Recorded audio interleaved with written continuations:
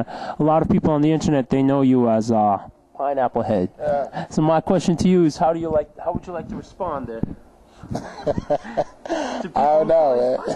No. I was actually on the website, man, and I seen that, and I ran across something on the internet. I Googled my name, actually, and it was this Canadian website, whereas they were saying, what's up with my hairstyle, and they were letting people come on and basically, put whatever they want about my hairstyle. Somebody, and so I got a great sense of humor. So yeah, you don't take stuff like that to heart, right? Not at all. How can I? Listen, I'm in the entertainment business. You're gonna have many people that love you, many people that hate you, and people that just have fun. I don't think I'm a bad person. I get a lot of hate mail. I get a lot of evil thought me, but I've been in this game a long time. I turned pro in '92.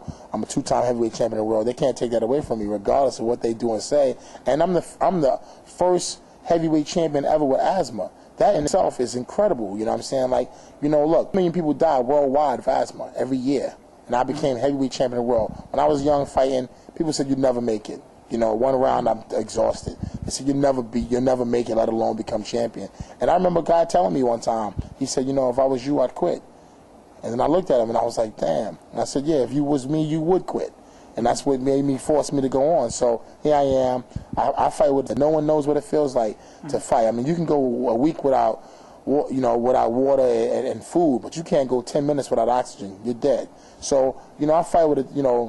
Fight with that handicap. But I think that's a person. Again, it goes back to me sleeping on the trains, men's shelters. Not having any place to stay. It built character. It built strength. That a lot of people say, they wouldn't be able to deal with this. It's nothing like being in a fight and that the opponent across from you is trying to kill you and you can't breathe.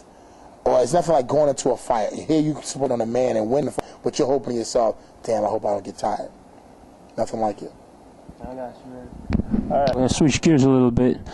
John Chavez, another one of our frequent visitors, want a little about your Hollywood career. He wants to know if they're going to stop casting you as the Haitian drug lord and give you some major leads, in movies. I'm telling you, man. I've been trying to get the lawyer roles and the judge and the professional businessman and the loving dad, but it ain't happening. So they look at me and they say, you're a big goon. So they just give me I'm casted as the goon. But it's cool, man. I love the checks. SAGs keep sending them, and I keep cashing them. It's all good, man. I think that in the future, maybe better roles will come. I wouldn't even say better roles, actually, because I like my roles. Listen, I love it. I don't have a problem. I've played gang members. I've done it all, so it's cool. I'm just enjoying the fact that I'm actually in Hollywood.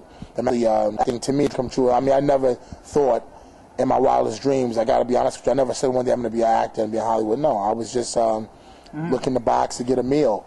Honestly, I never even thought being pro was to be something. I thought I was boxing amateur. My amateur coach said he'd give me $5 a day, basically a meal, if I came to the gym. So I knew if I was in the streets all day, I wanted to make $5. I go to the gym and spar one of his guys. And after doing that and running all his guys out of the gym, he was like, "Well, you were my punching bag, and now you're my only fighter, so I might as well train you." And that's how I got there. So now being in Hollywood and making movies, people say, "Wow, man, how does it feel?" I'm like, honestly, it's just what it is. True, man. Yeah. Well,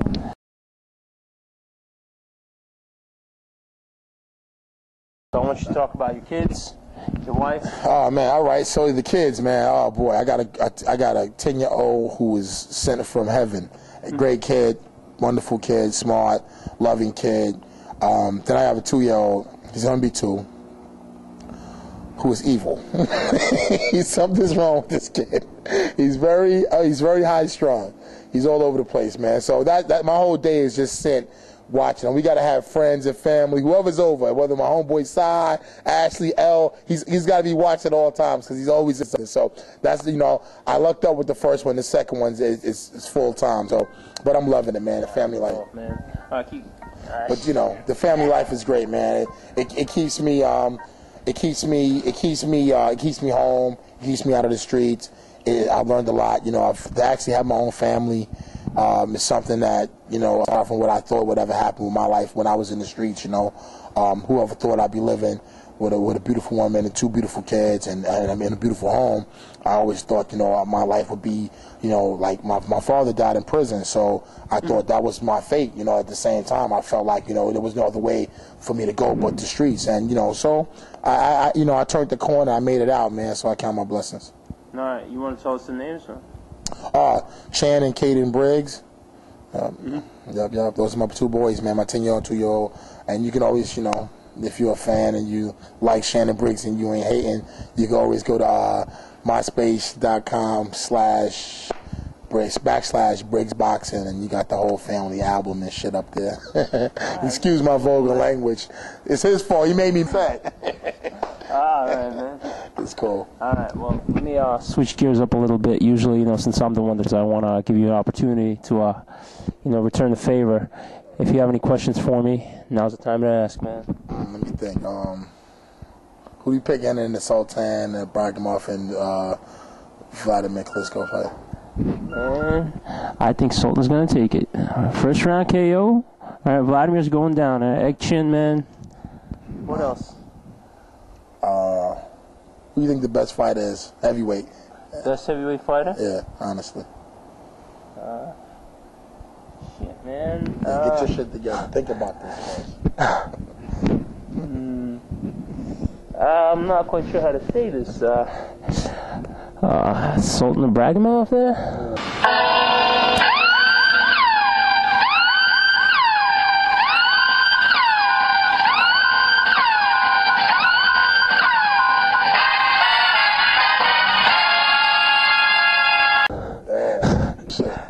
Shit.